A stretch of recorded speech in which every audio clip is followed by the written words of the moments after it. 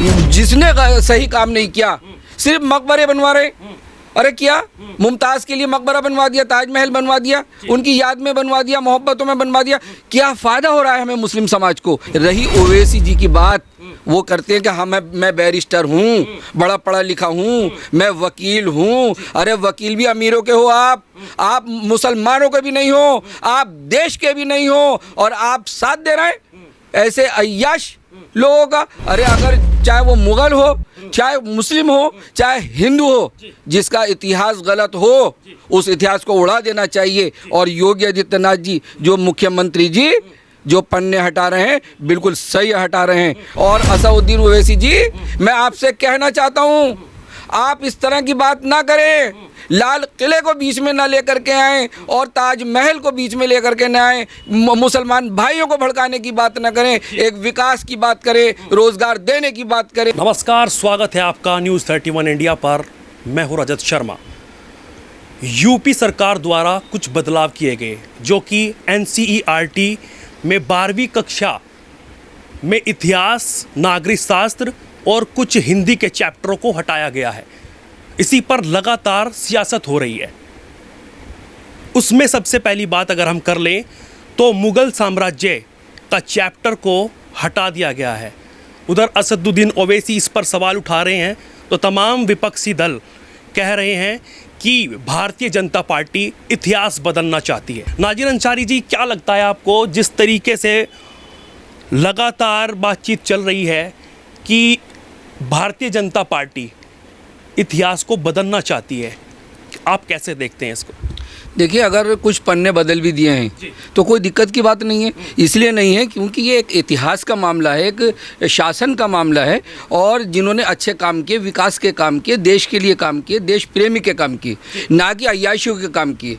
ये जितने भी आप देखें जो मुग़लों ने किया, सारे मकबरे बनवाए, कहीं ताजमहल बनवा दिया, सिर्फ मोहब्बतें की और अय्याशियाँ की। और आज उस इतिहास को अगर पन्नों को हटा दिया जा रहा है तो इन्हें असदुद्दीन ओवैसी को कैसे पेट में दर्द हो रहा है? और असदुद्दीन ओवैसी भी कोई मुस्लिमों के नेता नहीं है, बढ़िया नेता नहीं है। ये क्या करा इन्होंने मुस्लिमों के लिए? सिर्फ एक भड़काऊ बयान दे करके और हिंदू मुस्लिम झगड़ा कराने के लिए लग जाते हैं। अगर इनसे बात करी जाए कि जहाँ के आप सांसद हैं और आप इतने लंबे टाइम से सांसद हैं और आप खूब वोट ले रहे हैं, मुस्लिम जनता का वोट ले रहे हैं, क्या आप मुस्लिमों के लिए कर रहे हैं? और अगर योगी आदित्यनाथ जी कुछ बदलाव कर रहे हैं तो सोच समझ के कर रहे हैं और बिल्कुल सही कर रहे हैं, इसके अंदर कोई ऐतराज़ नहीं होना चाहिए। अरे मोहब्बतें करना कोई बढ़िया काम है या अय्याशियाँ करना कोई बढ़िया काम है, मकबरे बनवा देना कोई अच्छे काम है। और मुग़लों ने जो इतिहास है तो ये मोहब्बतों की किताबें हम पढ़ाएंगे बच्चों को तो वो भी बच्चे मोहब्बतें करेंगे और मकबरे बनवाते रहेंगे।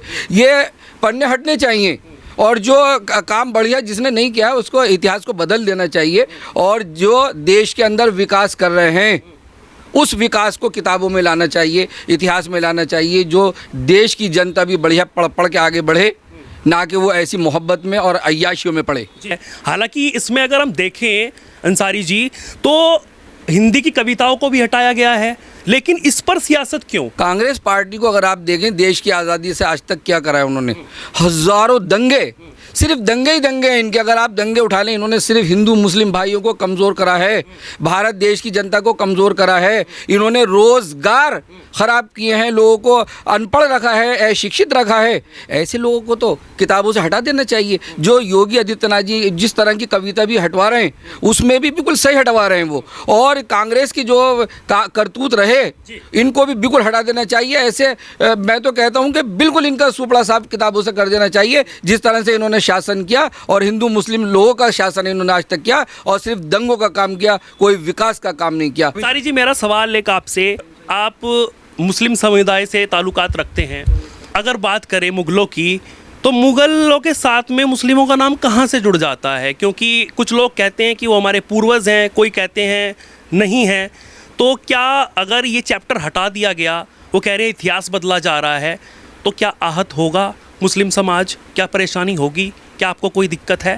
नहीं, कोई दिक्कत नहीं है। अगर कोई बढ़िया काम करता है, इसमें हिंदू मुस्लिम का तो मुद्दा होना ही नहीं चाहिए।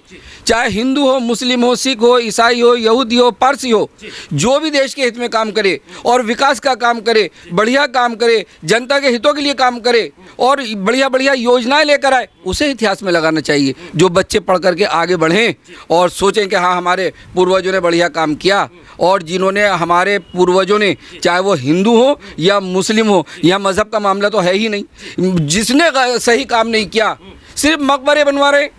अरे क्या मुमताज़ के लिए मकबरा बनवा दिया, ताजमहल बनवा दिया, उनकी याद में बनवा दिया, मोहब्बतों में बनवा दिया। क्या फ़ायदा हो रहा है हमें मुस्लिम समाज को या हिंदू समाज को या भारत देश को? क्या फ़ायदा हो रहा है इन मोहब्बतों से, इन अय्याशियों से? अगर आप इनकी हिस्ट्री पढ़ें घबरा जाएंगे आप। हिस्ट्री सही नहीं है इनकी, तो इन्हें हटा देना चाहिए। रही ओवैसी जी की बात, वो करते हैं कि हाँ मैं बैरिस्टर हूँ, बड़ा पढ़ा लिखा हूँ, मैं वकील हूँ। अरे वकील भी अमीरों के हो आप मुसलमानों के भी नहीं हो, आप देश के भी नहीं हो, और आप साथ दे रहे हैं ऐसे अय्याश लोगों का। अरे अगर चाहे वो मुगल हो, चाहे मुस्लिम हो, चाहे हिंदू हो, जिसका इतिहास गलत हो उस इतिहास को उड़ा देना चाहिए। और योगी आदित्यनाथ जी, जो मुख्यमंत्री जी, जो पन्ने हटा रहे हैं बिल्कुल सही हटा रहे हैं। और इन ओवैसी जी को ये जो भड़काऊ बयान देते हैं और बयान दे करके जो हमारे मुस्लिम भाइयों को भड़काने की कोशिश करते हैं, और भड़का क्यों रहे हैं? अपने मुफाद के लिए भड़का रहे हैं कि मैं मुस्लिम भाइयों को भड़काऊं और उनका वोट ले लूं और मैं सांसद बना रहूं। आज अगर आप इनकी हकीकत जान ले, ओवैसी जी से अगर आप इनसे जा करके पूछ लें कि आपने क्या करा है मुस्लिमों का, जिनका वोट लेते हो, क्या विकास किया है, क्या उनको मकान दिलवाया है, क्या उनको आयुष्मान भारत योजना कार्ड अस्पताल का दिलवाया है, क्या जन औषधि केंद्र जो प्रधानमंत्री नरेंद्र मोदी जी ने भारत देश की 130 करोड़ जनता, जो 100 रुपए की दवाई 10 रुपए में मिल रही है, 100 रुपए की दवाई 20 रुपए में मिल रही है, वैसी दिलवा तो दे। कह रहे हैं कि किताबों से तो इतिहास को हटा दिया, बदल दिया, लेकिन क्या अगर हम बात करें उस लाल किले की जो बनवाया गया था उस टाइम पे, बात करें हम ताजमहल की, क्या उसका भी इतिहास बदल देंगे? क्या वो मोदी जी ने बनवाया था? नथुराम गोडसे की, क्या उन्होंने बनवाया था? वो इस तरीके की बात कर रहे हैं, कह रहे ये इतिहास बदलने से कुछ नहीं होगा, लोग सब जानते हैं और वो उस पर ही अमल करेंगे। नहीं, ओवैसी जी तो सिर्फ एक भड़काऊ बात करते हैं। अरे आप तरह तरह की बात घुमा फिरा करके लेकर आ रहे हैं, और सिर्फ हम तो ये जानते हैं कि विकास की बात होनी चाहिए।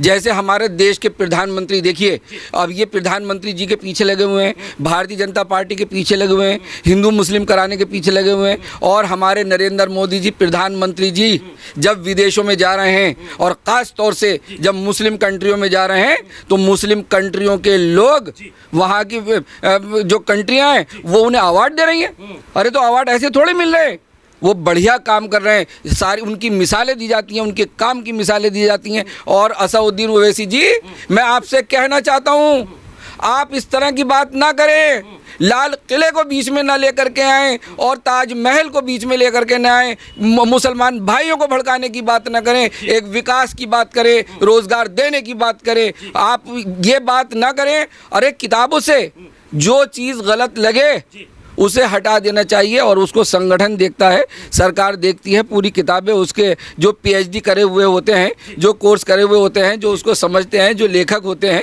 तो वो उसको पढ़ते हैं।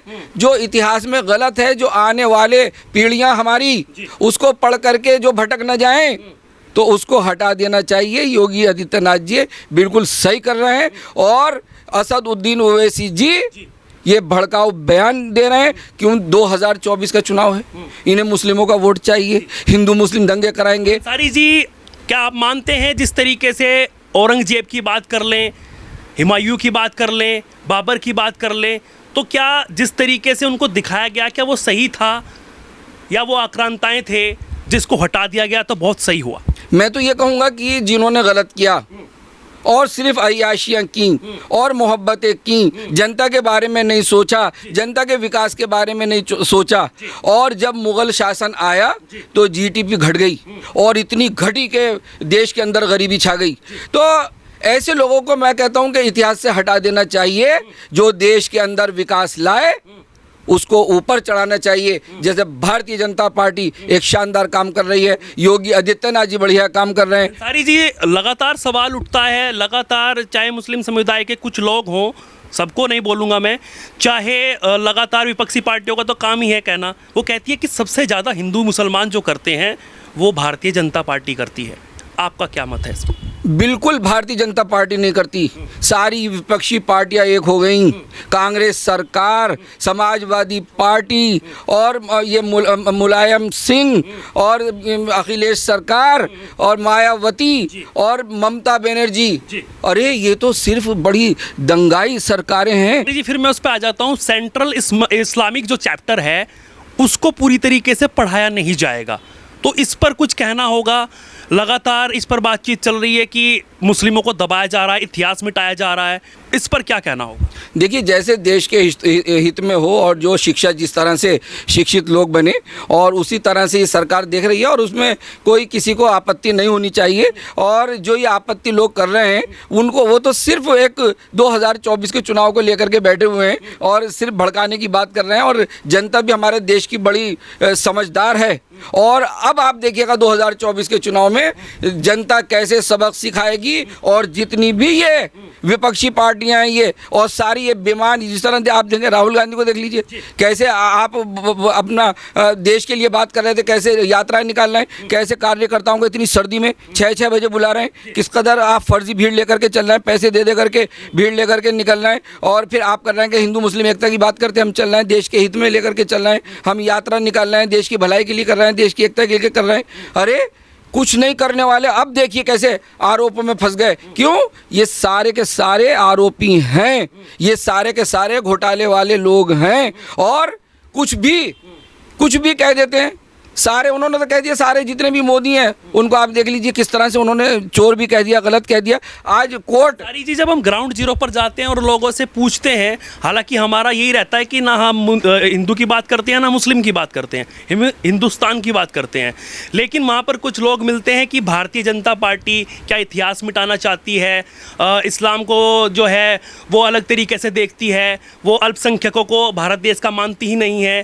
तो इस पर जो सवाल उठते हैं उस पर क्या टिप्पणी करेंगे आप? उनसे कहें कि अब हज चल रहा है और हज पर हज यात्री जा रहे हैं और जब से देश आज़ाद हुआ, देश की आज़ादी से आज तक भारतीय जनता पार्टी ने, भारतीय जनता पार्टी के प्रधानमंत्री नरेंद्र मोदी जी ने 2 लाख लोगों की परमिशन लिया हज पे जाने की, जो आज तक नहीं हुआ।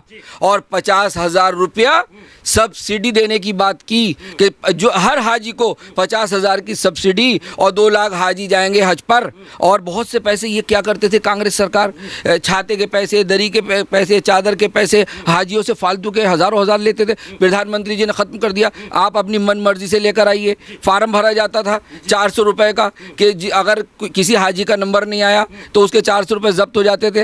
प्रधानमंत्री नरेंद्र मोदी जी ने फ्री कर दिया कि 400 रुपये का फार्म नहीं भरा जाएगा, फार्म भरा जाएगा फ्री में। तो इतनी सहूलत है जो मुस्लिमों को दे रहे हैं और ये सब उनसे जल रहे हैं कि अरे क्यों इनको डर लग रहा है कि कहीं मुस्लिम वोट सिमट करके भारतीय जनता पार्टी की तरफ ना चला जाए। और ये इसी तरह भड़काने के काम कर रहे हैं, ये भड़काते रहें। देश की जनता समझदार है और 2024 के चुनाव में सारे हिंदू, मुस्लिम, सिख, ईसाई, यहूदी, पारसी, भारत देश के लोग सब भारत देश में सुकून चाहते हैं और भारतीय जनता पार्टी कमल के फूल पर मोहर लगेगी। प्रधानमंत्री नरेंद्र मोदी जी प्रधानमंत्री बनेंगे, भारतीय जनता पार्टी का झंडा लहराएगा। तो देखिए, ये हमारे साथ अंसारी जी मौजूद थे और उन्होंने बेबाकी से बताया है कि किस तरीके से जो चैप्टर को हटाया गया है उसमें सिर्फ मुग़ल सल्तनत की बात नहीं होती, उसमें कुछ कविताओं को भी हटाया गया है। कुछ ऐसी चीज़ जो हमारे देश के युवाओं को ख़राब कर सकती है या उनको गलत इतिहास पढ़ाया जा रहा था, उस पर बदलाव किया गया है।